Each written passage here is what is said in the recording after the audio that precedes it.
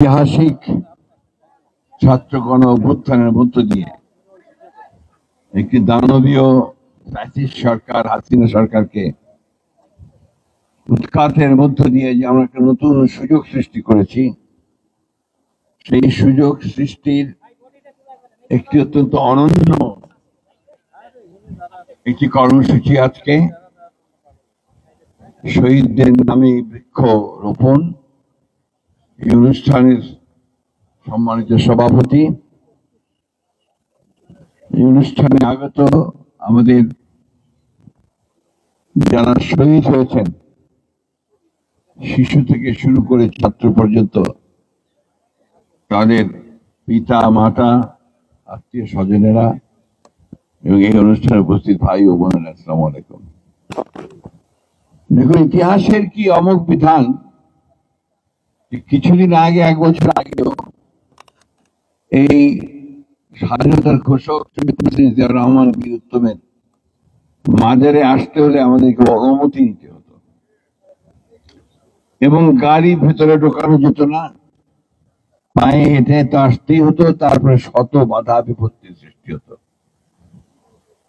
আজকে ইতিহাসের সেই অমোঘ বিধানে, সেই মাজারে আমরা নতুন বাংলাদেশের যারা শহীদ, তাদের নামে বৃক্ষরোপণ করতে চলেছি। এটাই হচ্ছে ভবিতব্য, ডেস্টিনি। দুর্ভাগ্য আমাদের যে আমাদের অনেকেই এটা মনে রাখেন না। প্রিয় ভাই ও বোনেরা, একটা জাতি নির্মিত হয় মানুষ দ্বারা, তার পাহাড় পর্বত নদী নালা সম্পদ দিয়ে নয়। সেই মানুষের কোয়ালিটি, তার গুণ মান যত উন্নত হবে, ওই জাতি তত উন্নত হবে। আজকের এই কর্মসূচিটি আমার কাছে সেই ধরনের একটি কর্মসূচি যেখানে আমরা একটা উন্নত রাষ্ট্রচিন্তার নিদর্শন দেখতে পাই। যেহেতু আজকে গোটা পৃথিবী জলবায়ু ক্লাইমেট সমস্যায় আক্রান্ত, আমাদের বাংলাদেশ আরো বেশি করে আক্রান্ত। এখানে আমাদের যে ফরেস্টের, সবুজের যে পরিমাণ পার্সেন্টেজ, সেটা অনেক কম। সুতরাং আমাদের ভারপ্রাপ্ত চেয়ারম্যান যে কর্মসূচি দিয়েছেন, সারা দেশে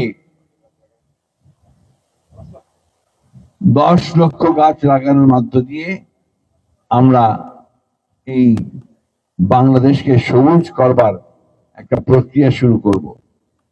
এটা নিঃসন্দেহে আমাদের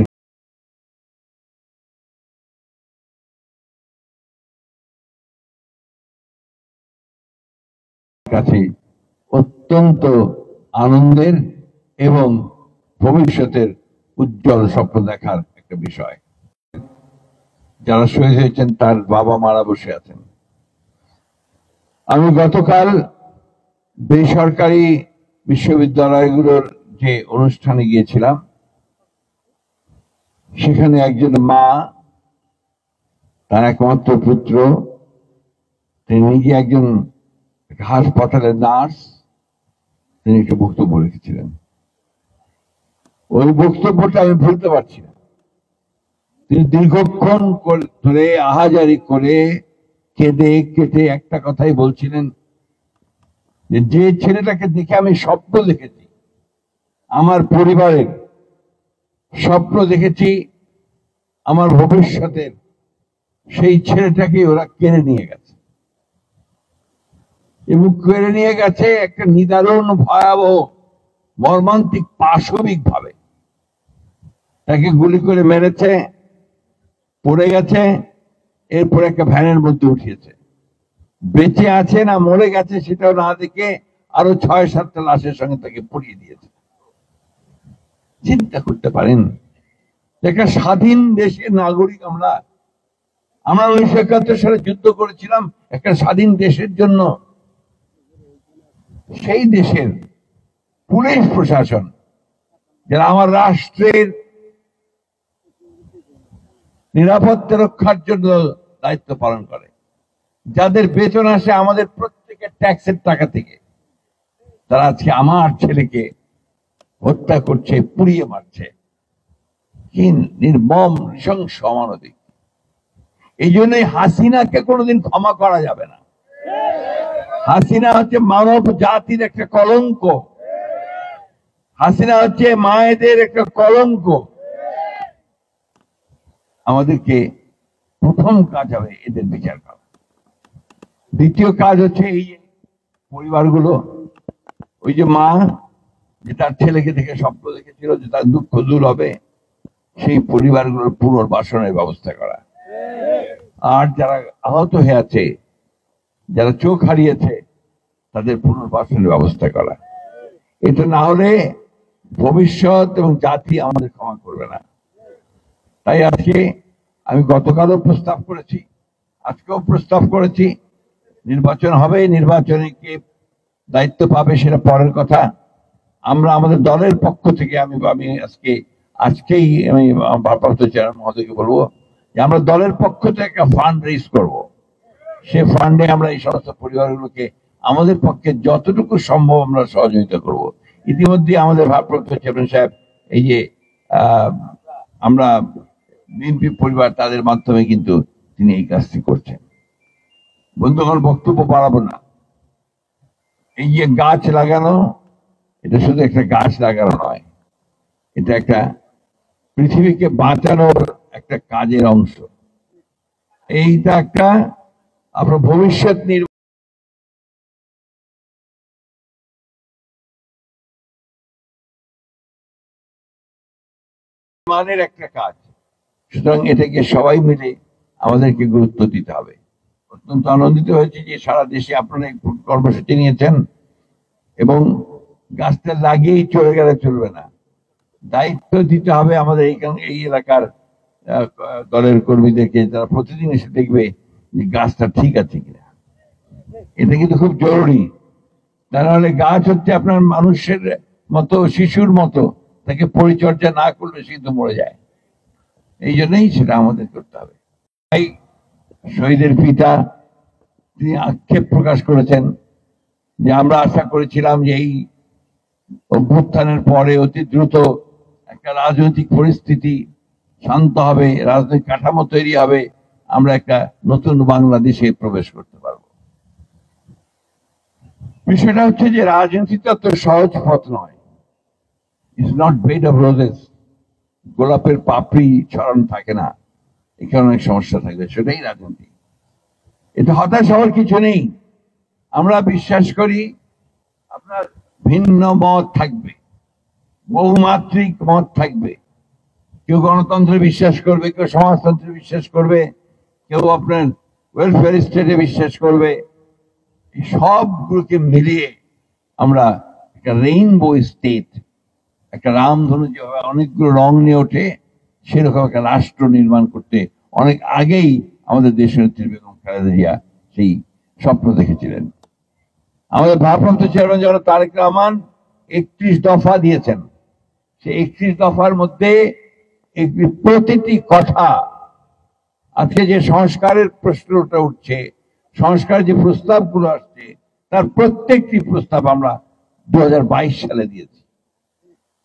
বন্ধুগণ, আমি সেই বিষয়গুলো তর্ক বিতর্ক করতে চাই না।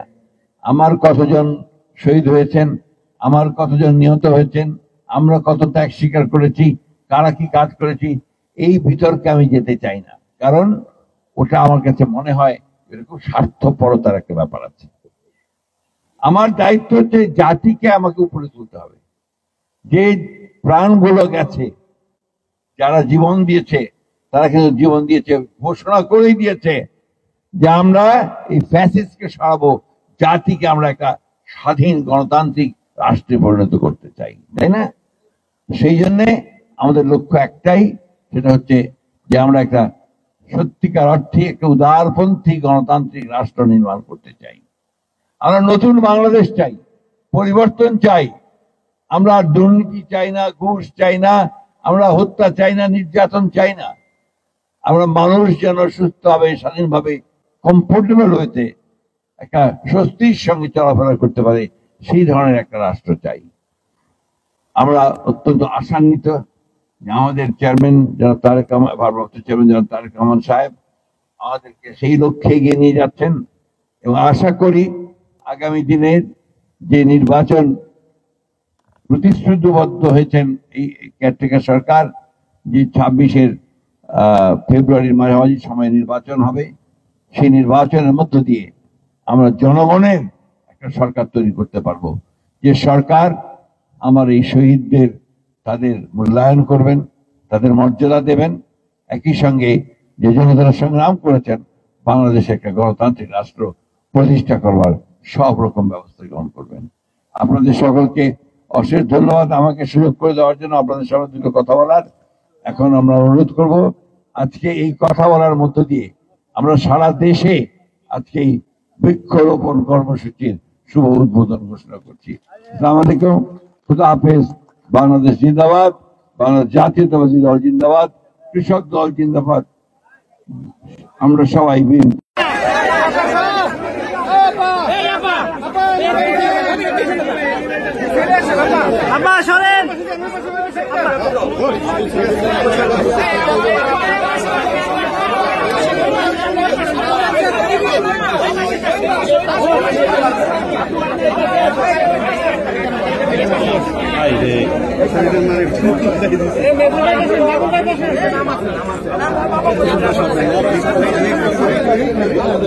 কিশোরের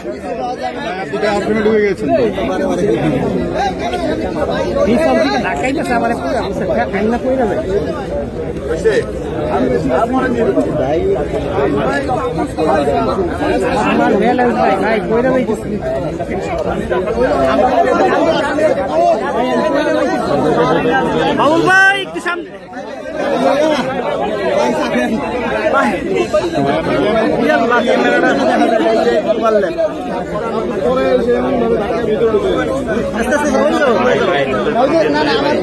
আমার পা দিতে ধাক্কা একটু পিছনে চাপবেন না। ক্যামেরা নিয়ে মোবাইল নিচে নামান,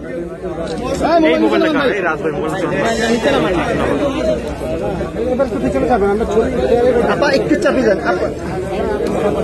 ওকে ওকে আচ্ছা